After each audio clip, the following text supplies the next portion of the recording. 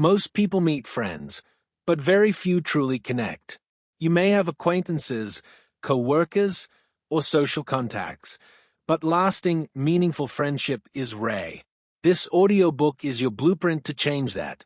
You will learn how to form bonds that endure, build trust that survives conflict, and create relationships that feed your soul. Friendship isn't optional, it's essential. If you master the art of connection, your happiness, resilience, and personal growth will skyrocket. Listen closely, take notes, and get ready to transform the way you relate to the world. Friends aren't just part of life, they are life itself. Chapter 1. Stop settling for shallow connections. Most friendships never reach their full potential. People scroll past profiles, exchange likes, laugh at memes, and call it connection, but that's surface-level living. It's convenient. It's safe, but it's not fulfilling. If you want friendships that sustain, that elevate, that endure, you must learn to see the difference between shallow interactions and deep connection. Most people settle because they fear vulnerability, rejection, or the hard work that true friendships demand. Today, we are going to break through that barrier. We are going to teach you how to identify shallow connections and commit to relationships that genuinely matter. Let's start with a hard truth. Shallow is easy, deep is life. If you're not feeling stretched, trusted, or fully known in your friendships, it's likely shallow. You may be mistaking convenience for connection. You may be measuring your social life by quantity rather than quality. Social media amplifies this mistake. According to a 2019 Pew Research study, while Americans have hundreds of online friends, most have just 3 to 5 people they truly confide in. That's the reality. Liking posts and sending a quick text does not create lasting bonds. Depth requires intentionality, vulnerability, and presence. So how do you identify shallow relationships? Start by observing 3 key indicators. Emotional safety is missing. Ask yourself, do I feel safe sharing my struggles or my ambitions with this person? In shallow relationships, people avoid meaningful topics. They may joke, distract, or minimize when you try to open up. Shallow friendships are convenient. They rarely challenge or support growth. True connection requires trust, and trust grows through mutual vulnerability. Brené Brown, the researcher on vulnerability and courage, states that vulnerability is the birthplace of love, belonging, joy, courage, empathy, and creativity. If vulnerability isn't possible, the friendship is shallow. The interaction is one-dimensional. Shallow relationships often live in a single domain. Work colleagues only talk about projects, gym friends only talk about workouts, online connections only interact through posts. If your interactions never expand beyond a narrow topic, it's a surface-level bond. Depth comes when conversations explore feelings, experiences, mistakes, aspirations. Real friends ask, listen, and remember, not just skim the surface. Make it a habit to notice whether interactions leave you energized and known or empty and transactional. Consistency is absent. Shallow friendships are sporadic. They only appear when convenient. They rarely survive challenges, distance, or conflict. Deep friendships, in contrast, endure the ups and downs of life. They are consistent, not because they are forced, but because both people prioritize the bond. According to psychologist Robin Dunbar's research on social bonding, humans can maintain about 150 meaningful relationships, but only 5 to 10 are truly intimate. This shows the importance of selecting who you invest your time and energy in. Now that we've identified shallow connections, how do you begin the process of cutting through them and cultivating real friendships? Step 1. Audit your social circle. Write down the people you interact with regularly. Divide them into 2 categories, surface level and meaningful. Be honest. Step 2. Invest selectively.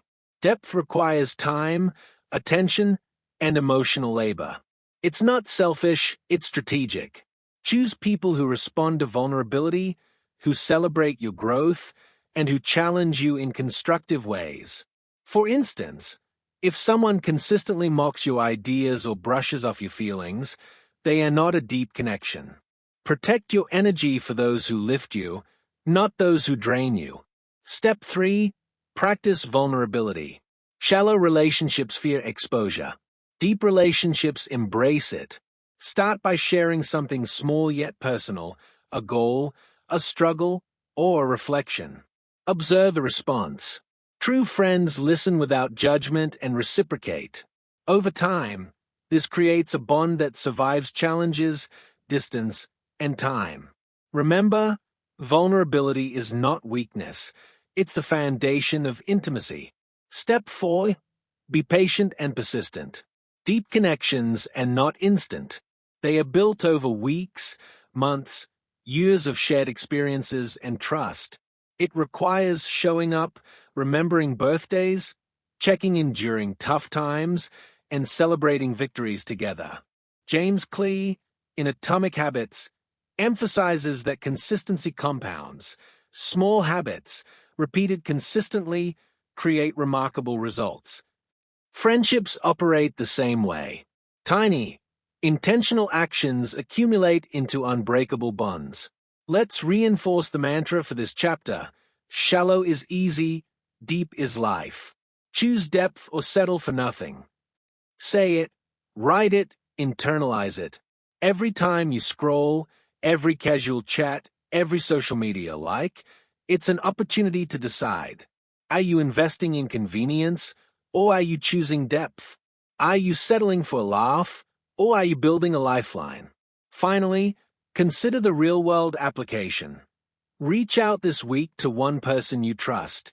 Ask a question that goes beyond "how are you?" Ask about dreams, fears, or challenges. Listen intently. Respond thoughtfully. Record how it feels. This is the beginning of cutting through the shallow, building depth, and reclaiming the power of true friendship. Remember, the people around you define the quality of your life. You are the average of your 5 closest friends, not the hundreds of surface-level contacts on your phone. If you want more meaning, more resilience, and more joy, you must stop settling for shallow connections. Key takeaways to repeat. Shallow friendships are convenient. Deep friendships are life-sustaining. Vulnerability is not optional. It's the foundation of connection. Consistency, selective investment, and intentionality transform acquaintances into lifelong friends. Every moment spent with shallow friendships is a missed opportunity to deepen your life. Commit now. Audit your circle, invest in depth, and embrace vulnerability. Depth is hard, but shallow is optional. Deep is life. Chapter 2. Be the friend people can count on. Friendship is not a convenience. It is a responsibility. The strongest friendships, the ones that endure decades, survive conflicts, and support your growth, are built on reliability. Reliability is the single trait that differentiates superficial acquaintances from lifelong allies. You can have charisma, charm, and shared interests, but if people cannot depend on you, those bonds will fade. The core principle is simple. Your word is your bond. Give it, honor it, repeat it. Consider the findings of the Harvard Study of Adult Development, one of the longest longitudinal studies on human life and relationships. The researchers followed over 700 participants for more than 80 years. They found a striking truth. Consistent support and dependable presence were stronger predictors of relational satisfaction and longevity than wealth, status, or even health. People who could rely on friends experienced not only deeper connections, but also higher overall life satisfaction and resilience in times of stress. That's the evidence. Friendship is practical, measurable, and grounded in action. Reliability is the currency. So, what does it mean to be a friend people can count on? Let's break it down into 3 core areas. 1. Consistency in presence. The first pillar of reliability is showing up, not just physically, but mentally and emotionally. True friends are present in the small moments and the big ones. It's attending birthdays, remembering important conversations, checking in after tough days, or celebrating achievements. Presence is not limited to grand gestures. Small, consistent actions matter most. Take an example from psychology research, the concept of microsupport. Even brief, routine acts of acknowledgement, a supportive message, a listening ear, or a shared coffee compound over time to form strong emotional bonds. These micro-moments signal care and predictability. People know they can count on you to be there. Your friend doesn't measure your loyalty in a single act. They measure it in the rhythm of your consistent presence. Reinforcement, your word is your bond. Give it, honor it, repeat it. Every text, call, or gesture that shows up counts toward trust. Consistency is built over time, not announced in speeches. 2. Follow through on promises. Friendship is tested in commitments. Every time you agree to something, big or small, you are creating an expectation. Failing to meet it chips away at trust. Honoring your commitments signals respect, integrity, and care. This applies to everything from lending a hand during a move to showing up for a 7 a.m. run with your friend, or even sending that promised article or resource you said you would. Small actions compound. Big actions resonate. Both communicate. I'm dependable. You can rely on me. Real-world example. In organizational psychology, the concept of psychological contracts shows that even informal agreements, like promising a colleague support or guidance, shape long-term trust. When we fail to deliver, relationships falter. The same applies in friendship.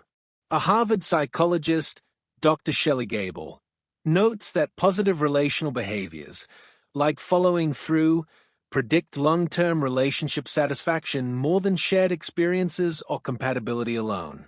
Practical tip: keep a friendship commitments list. Treat promises to friends like professional obligations. If you commit, follow through. If circumstances prevent you, communicate proactively. A friend who apologizes and updates you is still reliable. Communication maintains trust as much as action. 3. Small actions build big trust. Reliability is not only about showing up for emergencies, it's about the small, everyday actions that reinforce connection. Offering a listening ear, remembering preferences, supporting minor goals, or even responding promptly to a message sends a signal. You matter. I am here. Cumulatively, these tiny habits are what make friends depend on you without hesitation. Example: researchers examining relational maintenance strategies emphasize the importance of routine affirmations of support. Couples, platonic dyads, and friendships alike thrive when daily or weekly habits signal reliability. Your friend knows, without thinking, that you will act predictably, respond thoughtfully, and remain engaged. Over time, these small acts accumulate into a foundation so solid that the relationship weathers life's storms. Obstacles to reliability. Now, let's address the common pitfalls that prevent people from becoming dependable friends. Overcommitment. You cannot be reliable if you stretch yourself too thin. Learn to say no selectively so you can honor the commitments you do make. Forgetfulness. Memory fails, priorities shift. Counteract this with reminders, calendars, or checklists. Your organizational discipline directly impacts relational reliability. Inconsistency of emotion. Showing up physically but emotionally absent erodes trust. Mindfulness and self-regulation are key. Your friends need a presence that is both consistent and engaged. Building your reliability muscle. Reliability is a habit, not a trait. It requires practice. Begin with small, measurable steps. Commit to one small but meaningful action for a friend every day, like sending a supportive message or checking in. Honor all promises, even the minor ones. Your follow-through demonstrates discipline. Maintain a consistent schedule for contact. Weekly check-ins, coffee dates, or activity-based routines cement presence and trust. Conclusion of Chapter 2. Being reliable is not optional, it's foundational. The friends who last decades, who show up for your highs and lows, who support and challenge you, are friends who can count on you, and you on them.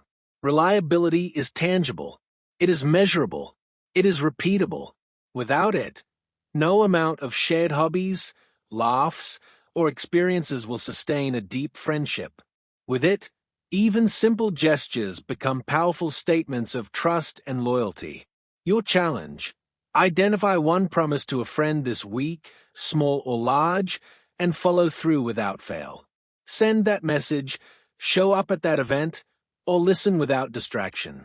Watch how it changes the dynamic. Watch how trust grows. Remember, reliability compounds. Every act builds momentum.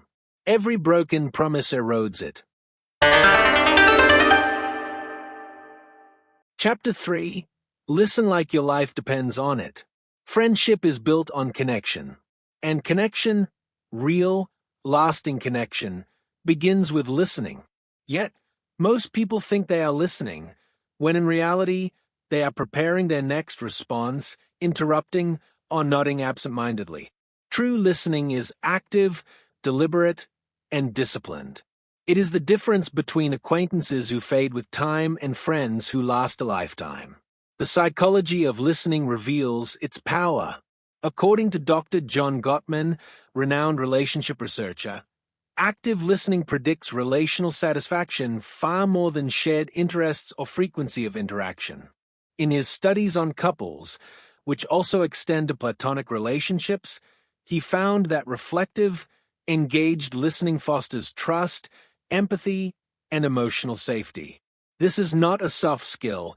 It's a life-saving social skill for your friendships. If you fail to truly hear your friends, no other effort in the relationship will matter. 1. Eye contact and presence. The first principle of effective listening is presence. And presence starts with the eyes. Eye contact signals attention, validation, and respect. Without it, your words may be heard, but your attention is not felt. A friend who sees you looking at them, fully focused, experiences emotional recognition, the foundation of intimacy. Consider the research from psychologist Michael Argyle, who emphasizes that eye contact is a primary nonverbal cue that signals attentiveness and understanding. When combined with active nods or small verbal affirmations, it reinforces, "I am here, I see you, I hear you." Practical application. The next time a friend speaks, resist checking your phone, avoid glancing around, and maintain gentle, consistent eye contact. Your eyes communicate commitment to the conversation even before you speak. 2. Reflect and paraphrase. Listening is more than hearing. It's processing and reflecting back. Summarizing or paraphrasing what a friend has said demonstrates understanding and engagement. It's not about repeating word for word. It's about acknowledging their reality in your own words. Example: a friend shares, "I'm stressed about work deadlines." A passive response might be, "Yeah, that sucks." An active, reflective response is, "It sounds like you're feeling overwhelmed with the deadlines and the pressure is building. Am I understanding that right?" This simple act, reflective listening, reduces miscommunication, validates feelings, and deepens trust. Harvard psychologist Dr. Shelley Gable notes that validation and accurate reflection are critical for sustaining long-term relational satisfaction. People remember when someone truly heard them, and they gravitate toward those who practice this consistently. Practical tip: use phrases like, "What I hear you saying is, it sounds like you feel, am I understanding correctly that?" Reinforce internally. Discipline in listening is not passive, it is deliberate. 3. Ask powerful, open-ended questions. Effective listening is fueled by curiosity. Ask questions that open dialogue rather than close it. The difference is stark. Did you like that? Invites a yes or no response. How did that make you feel? Invites story, emotion, and engagement. These open-ended questions deepen emotional connection and signal that you genuinely care. Real-world example. In his book How to Win Friends and Influence People, Dale Carnegie emphasizes the transformative power of curiosity. People love talking about themselves when someone shows genuine interest, and friendships strengthen when the listener resists judgment and interruptions. Tip: limit the urge to advise immediately. Focus on exploration, not solutions. This creates space for your friend to feel heard, safe, and supported. Over time, these practices compound into deep, unshakable trust. 4. Observe nonverbal cues. Communication is 70 to 80% nonverbal. Tone, posture, micro-expressions, and gestures reveal emotions your friend may not verbalize. Ignoring nonverbal signals is a blind spot in friendship. Reading these cues allows you to respond empathetically, adjust your approach, and provide the support your friend actually needs, not what you assume. Case study. Psychologists Albert Mehrabian and Susan Ferris demonstrated that words convey only a fraction of the emotional message. The rest comes from tone and body language. When a friend says, "I'm fine," but their shoulders slump and voice is strained, true listening catches that discrepancy. Reliability and emotional connection grow when you see beyond words. Practical tip: pause, observe, and respond to nonverbal communication. Sometimes just noticing a sigh or tense gesture and acknowledging it, "I can see this is tough for you," speaks volumes. Internal reinforcement. Every movement tells a story. Your attention must be holistic. Eyes, ease, and presence together build trust. Obstacles to listening well. Even the best intentions fail without discipline. Common barriers include mental chatter, planning your next response instead of focusing on their words. Combat this by repeating the mantra silently, listen to understand, not to reply. Distractions, phones, notifications, or environmental interruptions steal attention. Control your environment for the conversation, judgment, or interruption. Resist evaluating or solving immediately. Listening is not advising, it's absorbing. Mastery of listening requires practice, awareness, and intentionality. Daily listening practice. To build this skill, integrate these actions into your routine. 1 focused conversation per day. Commit to 0 distractions and full attention. Reflective paraphrasing. After someone shares, summarize their thoughts and check understanding. Observe and validate. Notice nonverbal cues and acknowledge them. These habits, repeated consistently, create a magnetic presence that draws people to you and solidifies lifelong friendships. Conclusion of Chapter 3. Listening is not passive. It is active, disciplined, and transformative. When you listen to understand rather than reply, you build intimacy, trust, and loyalty. Every eye contact, every reflection, every question, and every observation reinforces your commitment. Every ignored cue, distracted response, or half-hearted nod erodes it. Friendship is a discipline of attention, and mastery begins with your ears and eyes, not your mouth. Your challenge. In your next conversation, turn off distractions, maintain presence, paraphrase what you hear, and ask an open-ended question. Observe how it changes the dynamic. Watch trust and connection grow. Remember, listen to understand, not to reply. Listen well, live well. Make it your daily habit. Every disciplined act compounds. Every missed opportunity is a loss. The choice is yours. Chapter 4. Show vulnerability first. Friendship is not built on perfection. It is built on authenticity. If you want deep, lasting connections, you must be willing to show your human side first, to expose your fears, admit your struggles, and share your aspirations. Most people avoid vulnerability because it feels risky. They think, if I admit weakness, I'll be judged, rejected, or used. But here's the hard truth. Hiding kills connection. Vulnerability creates it. The science of human connection underscores this. Research by Dr. Breen Brown, the world's leading vulnerability expert, shows that people are drawn to those who are willing to show their imperfections and emotions openly. In her studies, teams, friendships, and even romantic relationships thrived when members practiced deliberate vulnerability.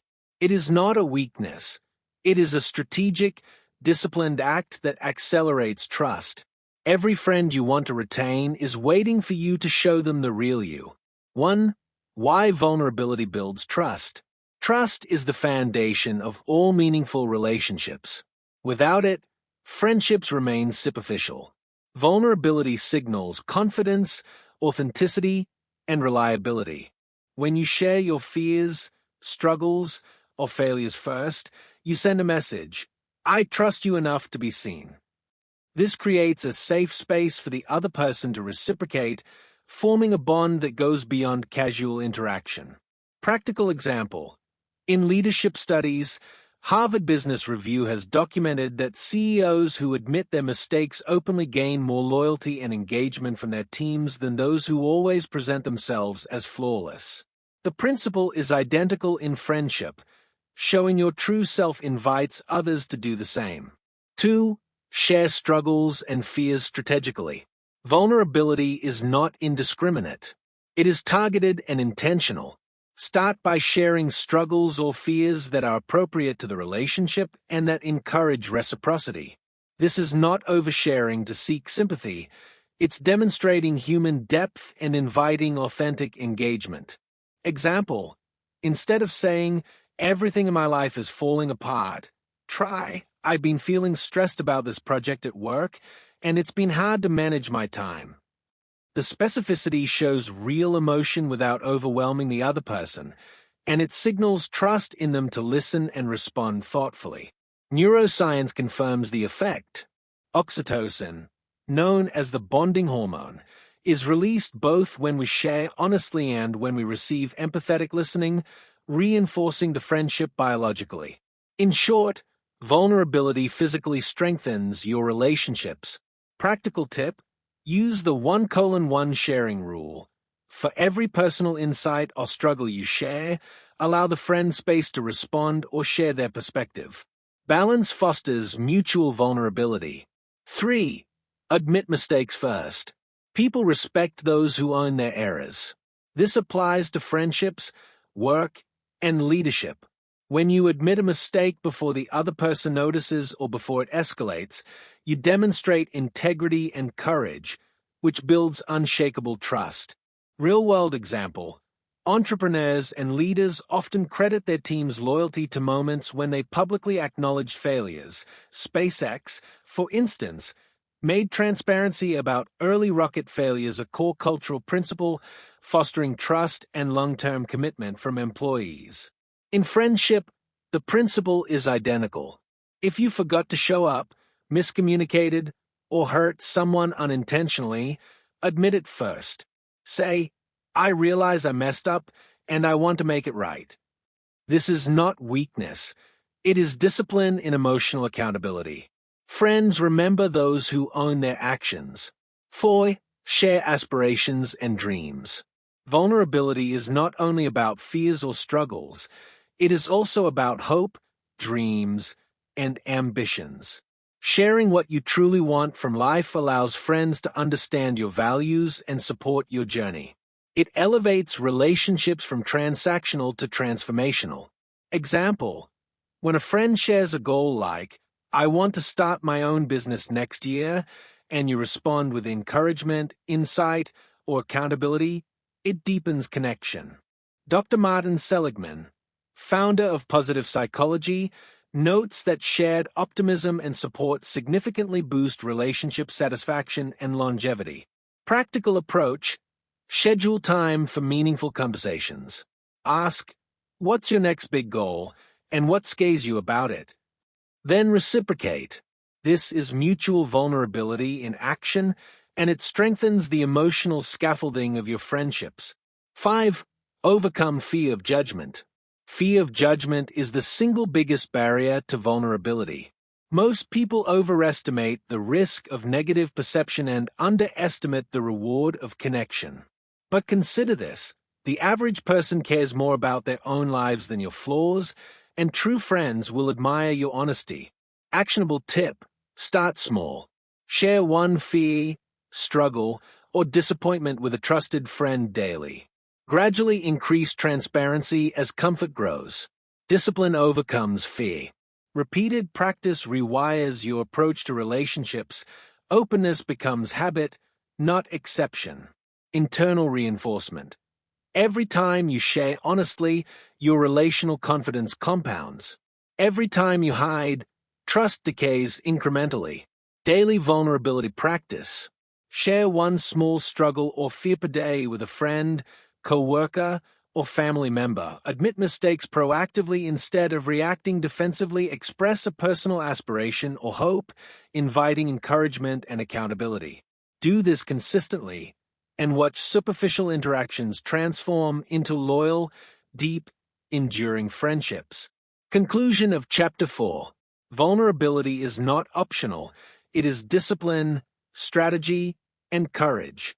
It is the fastest way to build trust, deepen bonds, and create relationships that last a lifetime. Remember, it's not about hiding, it's about connecting. Vulnerability is strength, not weakness. Every fear you voice, every struggle you share, every dream you reveal builds an invisible bridge of trust. Ignore it, and friendships stagnate. Embrace it, and connections flourish. Your challenge today: choose one act of deliberate vulnerability. Share a fear, admit mistake, or reveal a dream. Observe how it transforms your friendship. Practice this daily. Vulnerability is the ultimate shortcut to intimacy. Discipline it, repeat it, live it. Chapter 5. Give without expecting. You can't build a real friendship with a scoreboard in your head. If you always measuring who texted first, who paid last, or who remembered what, then you're not building a friendship. You're running a transaction. Friendship thrives on reciprocity, not transaction. It's not about balance sheets. It's about small, genuine acts of care repeated over time. 1. The law of unconditional generosity. Giving is the lifeblood of connection. Not giving to impress, not giving to get something back, but giving because it aligns with your character, because the act itself strengthens the bond. Dr. Robert Cialdini, in his classic book Influence, explains that reciprocity is one of the most powerful social forces on earth. When you give freely, without manipulation or expectation, you trigger a deep instinct in others to care, to support, to return the energy in kind. But when you give with an agenda, people feel it. They sense the invisible strings attached. They pull back. The flow stops. And soon you're both keeping emotional score instead of building connection. Giving without expectation isn't naivety, it's discipline. It's about mastering your motives. You give because generosity builds your internal integrity, not because it guarantees external reward. You give because that's who you are, not because you expect applause. 2. Small acts, big impact. Friendship isn't built in grand gestures.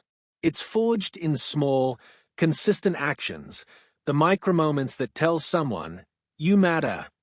Helping a friend move when everyone else is too busy. Checking in during a tough week without needing details. Remembering their child's name, their birthday, their dream. Those little things compound. Over time, they become trust. Research from Harvard's study of adult development, one of the longest-running studies in history, shows that small, positive interactions consistently predict long-term well-being and emotional security far more than wealth or success. So stop waiting for perfect timing. Stop waiting for some big gesture to prove your loyalty. Do small things daily. Send the text, Make the call. Offer the ride. Every act of generosity is a seed. And those seeds, planted over years, grow into something rare, a friendship that can survive distance, time, and change. 3. Kill the transaction mindset. Too many people treat friendships like social investments. They think, if I give this, they owe me that. That's not friendship, that's business. The transaction mindset poisons relationships because it shifts focus from connection to calculation. True friends don't keep score. They give because they want to see each other win. In the book Give and Take, psychologist Adam Grant outlines 3 types of people: takers, matchers, and givers. Takers exploit relationships for gain. Matchers expect exact reciprocation. But givers, those who act generously without strings, end up with the most loyal relationships and long-term success. Grant's research at Wharton University proves it. Givers aren't weak. They are the ones who build networks of trust and support that endure decades. So ask yourself, am I giving to prove my worth or to express it? Because when you give from insecurity, it feels forced. But when you give from strength, it becomes magnetic. Real-world example. When a friend helps you through a hard time and you don't feel indebted but inspired, that's real giving. That's connection. That's power. 4. The psychology of generosity. Giving activates a neurochemical feedback loop that literally rewires your brain. Studies from the University of Zurich show that acts of generosity stimulate the ventral striatum, the brain's reward center. The same circuits light up as when we experience joy or love. That's why generosity feels good. It's not just moral, it's biological. But here's the key. The brain only responds positively to authentic giving, not manipulative giving. When you give with resentment, it creates cognitive dissonance. You feel drained, not fulfilled. So giving without expectation isn't self-sacrifice, it's psychological alignment. It's how your brain and body know you're living congruently, with integrity. Remember, friendship is earned through actions, not announcements. Your behavior defines your bond. 5. Give time, not just things. Most people think generosity is about money or gifts. It's not. The highest currency in friendship is time and attention. When you carve time out of your schedule, when you listen deeply, when you show up, it sends a signal stronger than any material gift. You matter to me. Dr. John Gottman, a leading relationship researcher, found that consistent, shared time, especially through small rituals like check-ins or humor, creates emotional bank accounts that buffer friendships through conflict and stress. So be the friend who shows up, not the one who scrolls past. Don't just comment congrats online. Call them. Don't just like their photo. Ask how they are really doing. In a world where attention is the rarest commodity, your presence is the greatest gift you can give. 6. Give when it's hard. The real test of friendship isn't how much you give when it's easy. It's how much you give when it costs you something. When you're tired. When you're busy. When helping means rearranging your comfort zone. That's when character shows. Because giving is not about convenience, it's about commitment. The Stoic philosopher Seneca wrote, "He who gives when it hurts, gives twice." In modern terms, generosity under pressure carries exponential weight. So next time you think, they didn't do this for me, stop.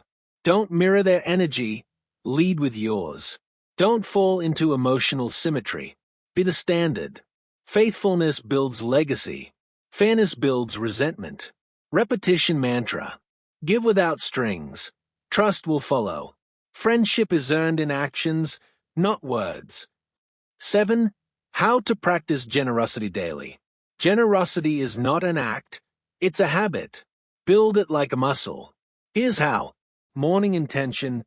Each day, pick one person to do something kind for, no reward expected. Midday reminder. Ask yourself, am I giving to control or giving to connect? Evening reflection. List one moment you showed up for someone, big or small.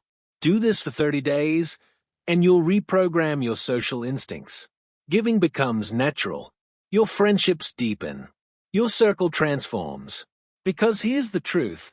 What you give freely always finds its way back, but only after you've stopped chasing the return. Closing of Chapter 5. Real friendship is not a trade, it's a gift exchange between souls.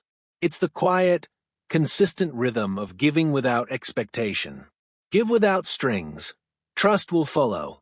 Friendship is earned in actions, not words. That's not just a mantra. It's a blueprint for a meaningful life.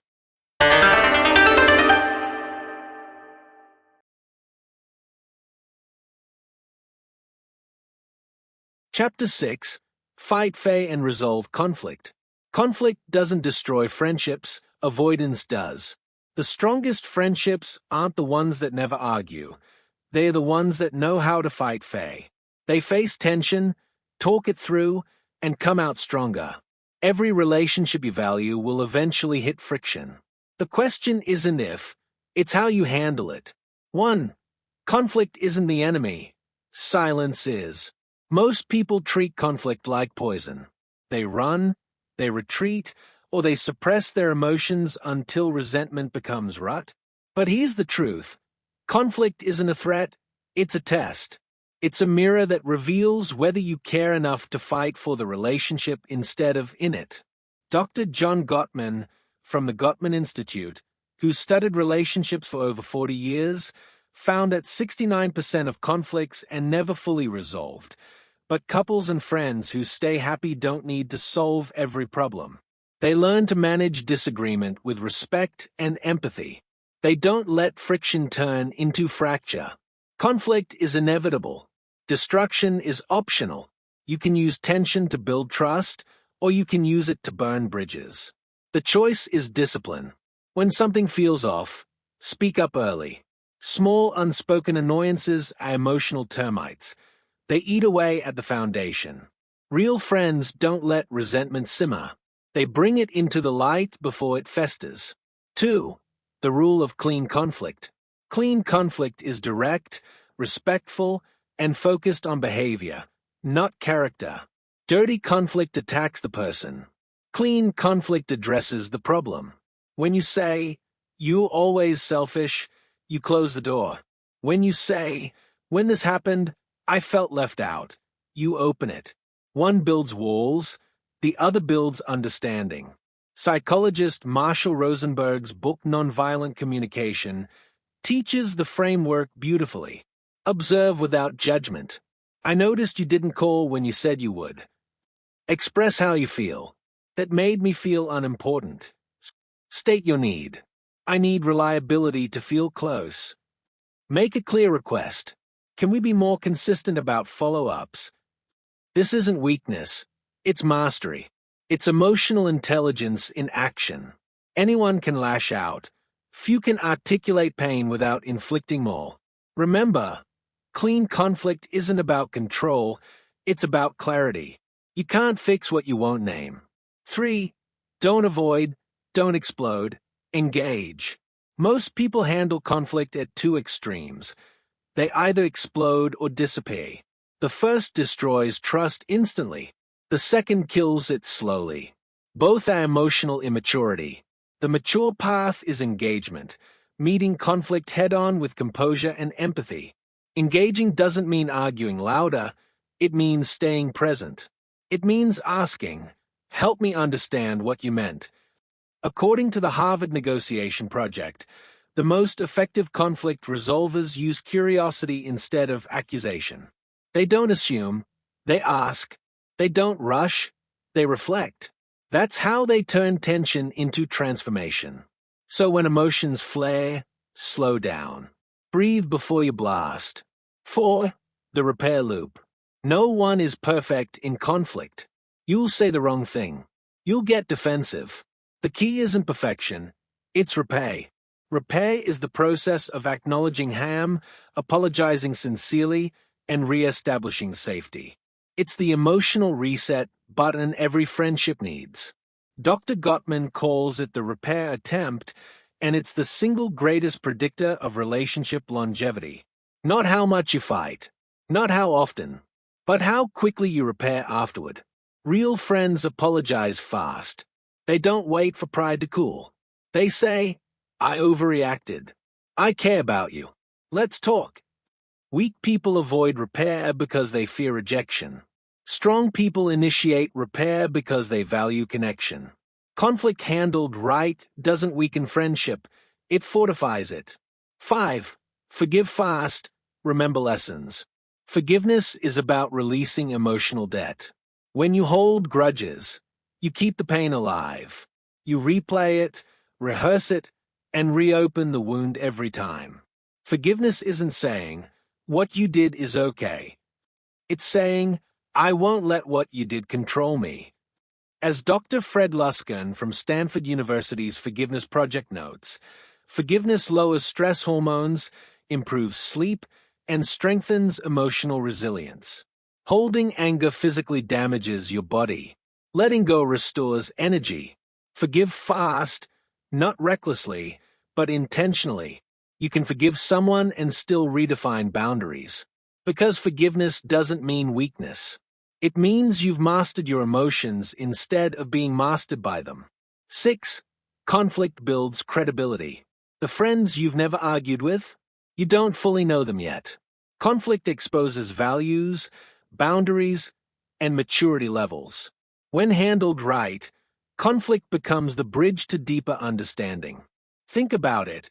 If every interaction is smooth, someone's pretending. It's the friction that reveals what's real. Author Brené Brown said it best in Day to Lead. Clear is kind. Unclear is unkind. Clarity sometimes means hard conversations. And those conversations prove that you respect the friendship enough to tell the truth. When you fight Faye, you send a signal. This relationship matters enough to work through discomfort. 7. Practical rules for fighting Faye. Here's your conflict discipline code. 7 rules to live by. Attack the problem, not the person. Focus on actions, not identity. Don't bring up every past mistake. Stay on topic. No silent treatment. Space is fine. Punishment isn't validate feelings. You don't have to agree to acknowledge emotion. Take timeouts when needed. Calm is power. Step back before re-engaging. Use I statements. I felt, not you always. End with gratitude. After resolution, reaffirm a bond. Thanks for working through that with me. Follow these, and your conflicts will strengthen, not shatter, connection. 8. Real-world example. Look at any enduring partnership, friends, founders, or spouses, and you'll find conflict management at the core. Think of Steve Jobs and Steve Wozniak. Their creative friction was legendary, but it's what made Apple iconic. Look at Oprah Winfrey and Gayle King. Decades of friendship built on honesty, vulnerability, and conflict handled with respect. They didn't avoid hard talks. They embraced them. They saw conflict not as corrosion but as calibration. So don't fear confrontation. Fear emotional distance. 9. Conflict as a connection ritual. The best friends don't avoid storms. They build boats. Every argument, every disagreement is a chance to practice emotional maturity, refine communication, and reinforce loyalty. Handled consciously, conflict becomes a ritual of renewal, a reset that reminds you why the friendship matters. Handled poorly, it becomes corrosion, a slow leak that eventually sinks the ship. So treat every disagreement as a training ground. Chapter 7. Cultivate shared experiences. If you want your friendships to last, you can't just talk about life. You have to live it together. Because connection isn't built through constant communication. It's built through shared experiences. You don't remember every conversation with your friends. You remember the moments. The laughter that came out of nowhere. The road trip that went wrong but somehow became legendary. The late-night talk when one of you broke down and the other didn't look away. That's what cements friendship, not constant texting, but shared living. 1. Experiences build emotional glue. Psychologists have long known this. Shared experiences create emotional synchronization. In simple terms, when you go through something together, whether it's fun, hard, or surprising, your brains literally sync up. A 2017 study in Nature Communications found that people's brain patterns align when they share an experience, even silently. That's why you laugh harder when you're not alone. Why concerts feel electric. Why adventures bond people faster than years of small talk. It's not about constant presence. Friendship deepens not through frequency but through significance. You can talk every day and stay shallow, or meet twice a year and feel unbreakable, if what you share has depth. So stop saying, "We should hang out sometime." Start saying, "Let's make something happen." Because shared memories don't just appear, you have to build them on purpose. 2. The myth of maintenance. Friendship isn't maintained, it's energized. Maintenance implies doing the minimum to keep it alive. That's not enough. People drift apart not because of betrayal, but because they stop creating new chapters together. When life gets busy, most adults let connections slide into routine. Birthday texts, quick check-ins, occasional lunches. To keep a friendship vibrant, you must inject novelty, laughter, and shared momentum. You must earn your connection through intentional effort. As Harvard researcher Dr. Robert Waldinger, the director of the 85-year-long Harvard study of adult development, found, the strongest predictor of long-term happiness isn't wealth or health, it's the quality of our close relationships. And those relationships grow richer through shared experiences, not passive familiarity. 3. Create rituals, not just random moments. Here's a truth most adults forget. The best memories are built on rituals.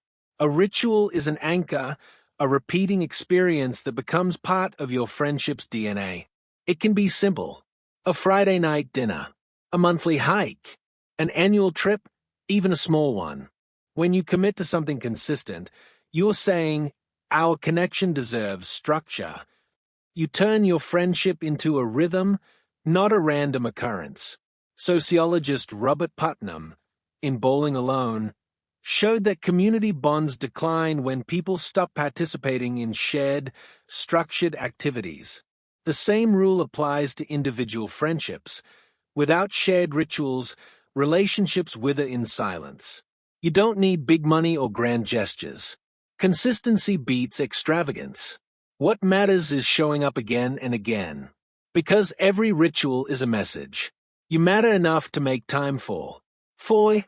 Plan adventures, big or small. Adventures are the fastest way to deepen trust.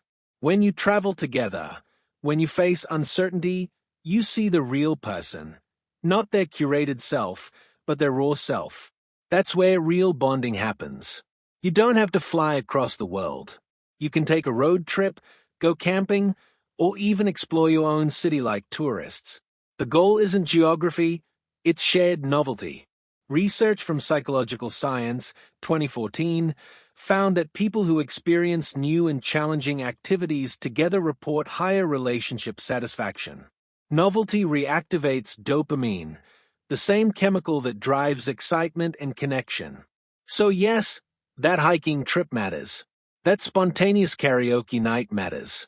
Because you're not just doing something fun. You're building a shared identity. You writing your friendship story in real time. 5. Make space for growth experiences. The best friendships aren't only about laughter, they're about growth. They challenge each other to expand, to learn, to step out of comfort zones. So share growth experiences, not just entertainment. Take a course together. Join a challenge. Read the same book and discuss it. Volunteer somewhere side by side. Growth experiences transform friendship from social comfort to spiritual alignment. You stop being two people killing time and become two people building lives. As author James Clear writes in Atomic Habits, you do not rise to the level of your goals. You fall to the level of your systems. Apply that to friendship. You don't rise to the level of your intentions. You fall to the level of your shared habits. Your shared system is your calendar, your priorities. 6. Build memory markers. Think of friendship like an emotional timeline. What fills it? Memory markers. Every shared experience becomes a psychological reference point. This song reminds me of that night. This spot reminds me of that talk. These photos remind me who we were. Memory markers are emotional anchors that make you feel seen and remembered. They are what give friendship a narrative.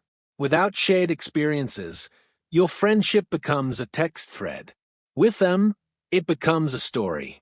And the more story you have, the harder it is for time or distance to erase it. 7. Give time more than gifts. Most people give gifts because it's easy.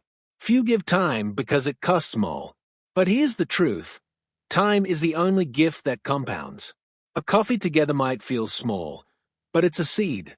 Over years, those seeds grow roots of trust and connection that can't be replaced by texts or likes. 8. When life gets busy. Yes, life gets complicated. You have jobs, families, ambitions. But connection doesn't die from business. It dies from inattention. If something matters, you plan it. You prioritize it. You protect it. The same way you schedule your workouts or business meetings, schedule your friendships. Because your social health is part of your overall health. Loneliness, according to a 2023 CDC report, increases premature death risk by up to 29%. That's not psychology, that's biology. We are wired to need connection. Shared experience isn't luxury, it's survival. So don't wait until life slows down. It won't. 9. The friendship investment equation. Here's the simple formula. Shared time times shared emotion equals unshakable bond. Talk without time fades. Time without emotion is routine. But time with emotion, that's what makes people family. Every shared experience you create becomes emotional capital. It's what you draw from when distance grows or conflict hits. It's the memory of laughter that reminds you what's worth fighting for.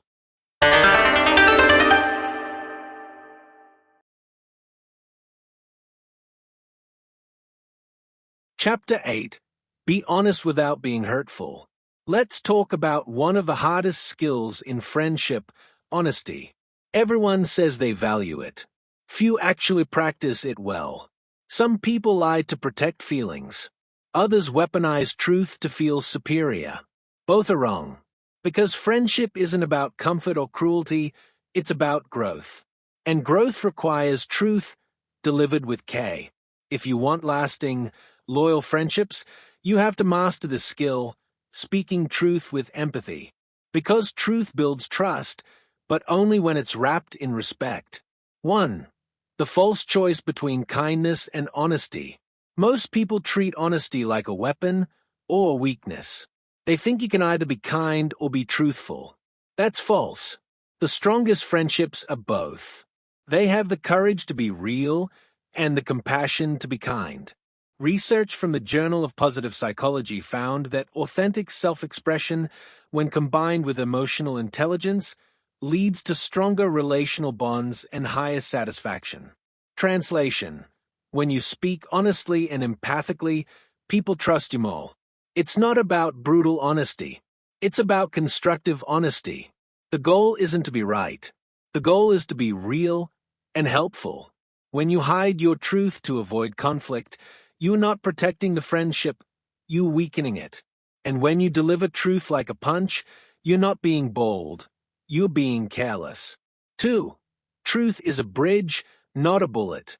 Ask yourself before speaking, is my truth meant to build or to break? There's a world of difference between saying, "Hey, I think you've been distant lately, is something wrong?" and saying, "You've changed, you're not even trying anymore." Both are honest. Only one invites connection. Honesty without empathy alienates. Empathy without honesty deceives. Real friendship demands both. In Data Lead, Breen Brown says, "Clear is kind. Unclear is unkind. Being clear doesn't mean being cold. It means respecting the other person enough to be direct without demeaning them. If your words don't lead to understanding or improvement, they are not truth, they are judgment. Remember, truth should be a bridge, not a bullet. Its purpose is to connect, not destroy. 3. How to deliver honest feedback the right way. There's a method for this. It's not random. You can train yourself to speak hard truths with precision and empathy. Here's the 3-step discipline of honest communication. Step 1. Start with K. Signal safety. Let them know your intent. I care about you, and I want to talk about something that might help us. Step 2. State the facts, not the feelings. Don't accuse. Describe what you've noticed. I've noticed you've been canceling plans a lot lately. That's a fact. It's neutral. Step 3. Share the impact. Explain how it affects you or the relationship. When that happens, I feel disconnected. I miss you. This is how adults communicate. It's not about dumping emotion. It's about expressing meaning. Psychologist Marshall Rosenberg, in Nonviolent Communication, explains this exact framework. Observe, feel, need, request. It's not therapy talk. It's human clarity. 4. The courage to confront, not complain. You can't build deep friendship if you avoid confrontation. Avoidance breeds resentment. Resentment breeds distance. It's easier to gossip about a friend than to confront them. But gossip is poison. It erodes trust silently. If something bothers you, address it directly. Your silence doesn't make you kind. It makes you dishonest. In Crucial Conversations, authors Kerry Patterson and Joseph Grenny found that teams and relationships thrive when people speak up early, respectfully, and directly.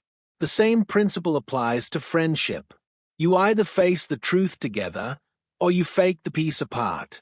So stop complaining behind backs. Start confronting face to face with dignity. Say the hard things, kindly, and early. 5. Empathy is the delivery system of truth. It's not just what you say. It's how you say it. Empathy means stepping into their perspective before you speak yours. It's asking yourself, what are they feeling right now? How can I make my truth easier to hear? Neuroscientist Tanya Singer found that empathy activates the brain's mirror neuron system, the same circuits that process physical pain. In other words, we literally feel others' emotions. That's why careless honesty cuts so deep. Empathy cushions the blow. When you combine truth and empathy, you create transformation. You don't just call someone out, you call them up. That's the discipline of mature friendship. 6. When to speak, when to stay silent. Here's another hard truth. Not every truth needs to be said. Sometimes silence is wisdom. Before you speak, ask yourself 3 questions. The classic Sufi test. Is it true? Necessary? Kind? If it doesn't meet all 3, hold it. It's discernment. As the Stoic philosopher Epictetus wrote, we have 2 ears and 1 mouth so that we can listen twice as much as we speak.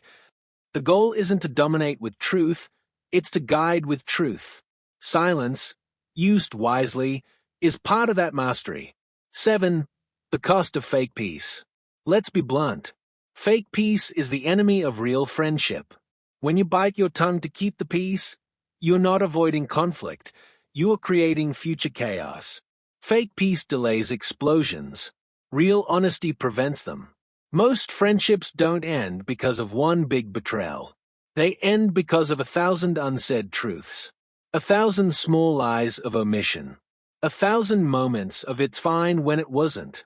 That's how distance grows, quietly, invisibly. Honesty is maintenance. It's the emotional hygiene of friendship. You brush your teeth daily. You should clear small truths regularly, because the longer you hide, the heavier the silence gets. 8. Be honest about the good. 2. Honesty isn't just about calling out the bad. It's also about naming the good. We underestimate how powerful sincere appreciation can be. When you tell a friend, "You inspire me," or "I'm proud of how you handled that," you build emotional credit. Positive honesty deepens loyalty. It makes feedback easier later because they know your intent is love, not critique. As psychologist John Gottman found, strong relationships maintain a 5-to-1 ratio. 5 positive interactions for every 1 negative. So speak truth. All of it. The affirming truth as much as the hard truth. Because both are love in action. 9. The discipline of ongoing truth. Honesty isn't an event, it's a rhythm. You don't get it over with. You live it. Every interaction is an opportunity to practice realness. To say what you mean. To mean what you say. You'll get it wrong sometimes. That's okay. Correction is part of connection. But never stop choosing honesty, because every time you do, you strengthen the foundation beneath the friendship. Chapter 9. Maintain consistency in effort. Friendship doesn't fail because of betrayal most of the time. It fails because of neglect. Not one explosive argument, but a slow erosion of effort. The truth is simple. Relationships decay when maintenance stops. We think connection is built in big moments, birthday surprises, road trips, or heart-to-hearts at midnight. But what keeps friendships alive isn't the grand gestures. It's the small, repetitive acts of effort. The check-in text, the "how have you been?" call, the "I saw this and thought of you" message. It's not about intensity, it's about consistency. Psychologist John Gottman, known for his groundbreaking research on relationships, found that stable, long-term bonds, whether romantic or platonic, are maintained by what he calls small moments of positivity. In his decades-long study of couples, he discovered that relationships thrive when positive interactions outweigh negative ones by a ratio of at least 5-to-1. That same principle applies to friendship. The ratio of showing up versus fading out determines whether a bond grows stronger or fades into the background. Let's be brutally honest. We live in a world of short attention spans and high-speed distractions. People ghost each other not out of cruelty, but out of laziness. The discipline to maintain a friendship in the modern age is rare. And that's exactly why it's valuable. When you text a friend regularly, when you remember their big presentation, when you send a quick thinking of you after a rough week, that's not trivial. That's currency. Emotional currency. Over time, those small acts compound like interest in a savings account. That's what the Harvard Study of Adult Development, the longest-running study on human happiness, proved. For over 80 years, researchers followed participants to find what truly predicts long-term well-being. It wasn't wealth. It wasn't fame. It wasn't even health alone. It was consistent, quality relationships. Dr. Robert Waldinger, the study's current director, summarized it perfectly. Good relationships keep us happier and healthier. Period. But let's go deeper. Why does consistency matter so much? Because consistency builds trust. When someone knows they can count on you, they relax around you. They open up. They stop keeping score. Consistency says, "You can rely on me." And that reliability is the foundation of emotional safety. Inconsistency, on the other hand, creates anxiety. The friend who appears, disappears, and reappears creates confusion. You start wondering, do they really care? Am I a priority or just a convenience? That's the emotional instability that kills connection over time. Let's be clear. Consistency doesn't mean constant communication. You don't need to talk every day. You don't need to smother your friends. What you need is reliability, a steady rhythm, the simple act of remembering to reach out when it matters. Think of friendship like fitness. You don't build strength by working out once for 10 hours. You build it by showing up 30 minutes a day, again and again. The effort compounds. You don't notice progress every day, but you build momentum. And one day, you realize you're stronger, more grounded, more connected than you used to be. Consistency is emotional fitness. In James Clear's Atomic Habits, he explains how small, repeated actions create exponential growth. He writes, "Habits are the compound interest of self-improvement. Apply that to friendship. Small, repeated connections are the compound interest of trust." Here's the truth most people don't want to hear. You can't schedule real friendship into a quarterly coffee. If you only show up when it's convenient, you're not building a friendship, you're maintaining an acquaintance. Real friendship requires proactive effort. It's not reactive, it's deliberate. The research backs this up. In a 2022 study from the Journal of Social and Personal Relationships, researchers found that people who engaged in consistent, low-effort communication, like memes, short texts, or quick updates, reported higher satisfaction and emotional closeness than those who only relied on long, infrequent interactions. Small doesn't mean insignificant. It means sustainable. Consistency also reveals character. Because anyone can show up once when it's convenient. But showing up regularly, without applause, without reward, that's a reflection of discipline, not mood. Think of a friend who always checks in, not just during good times, but during the silent ones. They don't disappear when life gets busy. They don't need something to reach out. That's consistency. That's loyalty in action. And you can become that person. You can be the anchor in someone's life, not by grand gestures, not by dramatic promises, but by steady, reliable effort. If you want to strengthen your friendships starting today, try this system. The 3-minute rule. Spend 3 minutes a day reaching out to one person you value. A quick message, a voice note, a funny photo. It doesn't matter. What matters is the pattern, the monthly touch, every 30 days, reconnect with one friend you haven't spoken to in a while. Keep a short list and rotate through it. The memory drop every few weeks. Bring up a shared experience. Remember that road trip? Remember that restaurant? This strengthens emotional continuity. The check-in question. Instead of "how are you?" ask, "what's been the best part of your week?" or "what's something you're proud of lately?" Depth through curiosity. Remember this, effort compounds. Every small act builds a sense of reliability. Every forgotten message weakens it. You don't lose friends overnight. You lose them through silent neglect. Through the belief that they know I care. Maybe they do, but they still need to feel it. The philosopher Aristotle said, "We are what we repeatedly do." Excellence, then, is not an act, but a habit. Replace excellence with connection. We are what we repeatedly do. Friendship, then, is not an act, but a habit. It's not about what you feel, it's about what you do. You may think you don't have time, but friendship doesn't need hours. It needs intention. You can send a text at a red light. Leave a voicemail while walking. Write a 2-line note before bed. It's not about scale, it's about consistency. Because at the end of your life, when the noise fades and the metrics don't matter, it won't be the followers or likes you remember. It'll be the handful of people you kept close, the ones you consistently chose to show up for. Chapter 10. Choose purposeful friends.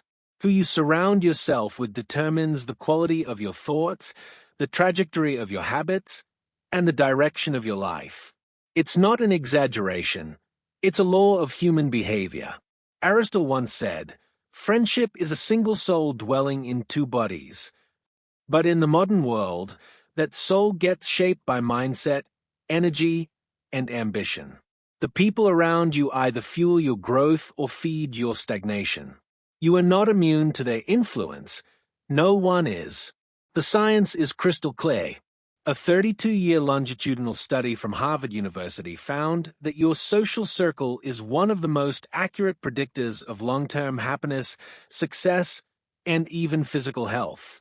Dr. Nicholas Christakis, a social scientist at Yale, analyzed thousands of social networks and found a striking truth. Your habits are contagious up to 3 degrees of separation. If your friend's friend gains weight, your risk of gaining weight increases. If they quit smoking, your likelihood of quitting rises too. Every conversation either expands your mind or dulls it. Every interaction either sharpens your ambition or corrodes it. The people you spend time with are writing the software of your subconscious. Let's get brutally real. Most people choose friends by proximity, not purpose. They stay connected to people simply because they've known them for years, not because they share values or direction. But longevity doesn't equal alignment. A long friendship can still pull you backward if it's rooted in comfort instead of growth. Jim Rohn famously said, "You are the average of the 5 people you spend the most time with." Neuroscience supports this. Through a process called neural mirroring, our brains subconsciously mimic the behaviors, tone, and even emotional patterns of those around us. That means your circle literally rewires your brain over time. So, the real question isn't who do I like? It's who do I want to become? Because the people you admire are often reflections of the values you want to strengthen in yourself. You don't need a large circle. You need a disciplined one. Look at elite performers, creators, and leaders. Their circles are curated. Warren Buffett spends time with Charlie Munger because they challenge each other's thinking. Oprah Winfrey surrounds herself with people like Maya Angelou and Deepak Chopra, mentors and equals who elevate her vision. These aren't coincidences. They are deliberate choices. If you want to change your life, start by upgrading your circle. Here's how. 1. Audit your circle honestly. Write down the 5 people you spend the most time with. Then ask, do they push me forward or pull me backward? Do they inspire growth or reinforce stagnation? Do they speak possibility or problems? Be ruthless in your honesty. Dr. David McClelland, a Harvard psychologist, found that your reference group accounts for up to 95% of your success or failure in life outcomes. 95%. That's not influence, that's domination. If your circle normalizes mediocrity, you'll call ambition arrogance. If your circle normalizes excuses, you'll call discipline obsession. Your circle defines your ceiling. 2. Choose people who embody what you respect. You don't need friends who flatter you. You need friends who stretch you. The ones who tell you the truth even when it's uncomfortable. The ones who live with integrity and follow through on their word. The ones who celebrate your wins without envy and call you out when you drift. That's purpose. That's alignment. Dr. Carol Dweck's research on growth mindset shows that people surrounded by peers who embrace challenge and learning are far more resilient in the face of failure. When your friends normalize growth, you stop fearing progress. You start craving it. Remember this. Your circle should be a catalyst, not a cushion. 3. Detach from energy leaks. Tough truth. Some friendships expire. Not out of malice, but out of misalignment. You can love someone and still outgrow them. You can appreciate the past without carrying it into your future. Toxicity doesn't always look dramatic. Sometimes, it's subtle. It's the constant negativity, the gossip, the lack of accountability, the emotional drain after every conversation. As Stoic philosopher Seneca said, associate with people who are likely to improve you. Because if you spend your time with people who dismiss your goals, mock your discipline, or sabotage your progress, you're not being loyal, you're being self-destructive. 4. Invest in mutual growth. Purposeful friendships aren't one-sided. They thrive on reciprocity, challenge, and shared purpose. You should both leave every conversation feeling sharper, more inspired, more grounded. Ask better questions. Share ideas, not gossip. Read the same book and discuss it. Build projects together. Support each other's habits and systems. In tribes, Seth Godin says, people don't just want to belong, they want to belong to something that matters. Your circle should be that tribe, built on contribution, not comparison. When 2 people are growing together, competition turns into collaboration. Jealousy fades into celebration. and success becomes collective. 5. Be the friend you seek. Here's the final rule. You attract what you are. If you want disciplined, driven, high-integrity friends, you must become one first. You can't demand excellence while offering inconsistency. You can't ask for loyalty if you gossip behind backs. Your energy sets your network. As Jordan Peterson notes in 12 Rules for Life, surround yourself with people who want the best for you, but also become someone who wants the best for others. When you elevate yourself, you naturally filter your environment. Remember this mantra again. Your friends are mirrors of your life. Choose wisely, nurture deeply, and flourish together. Because your circle is your reflection. If your environment is uninspired, maybe it's because you've stopped inspiring. If your friends are directionless, maybe you've stopped moving. This isn't about elitism. It's about evolution. When you start aligning with people of higher energy, deeper values, and greater vision, you'll feel something shift. Conversations become sharper. Ideas multiply. Goals become shared. Life starts compounding. That's what purposeful friendship feels like. It's not heavy, it's elevating. And here's the paradox. When you raise your standards, you'll lose some people. But the ones who remain and the ones who arrive will redefine your life. So choose deliberately. Build intentionally. Protect your energy like it's your most valuable asset, because it is. Choose purposeful friends. Nurture them deeply.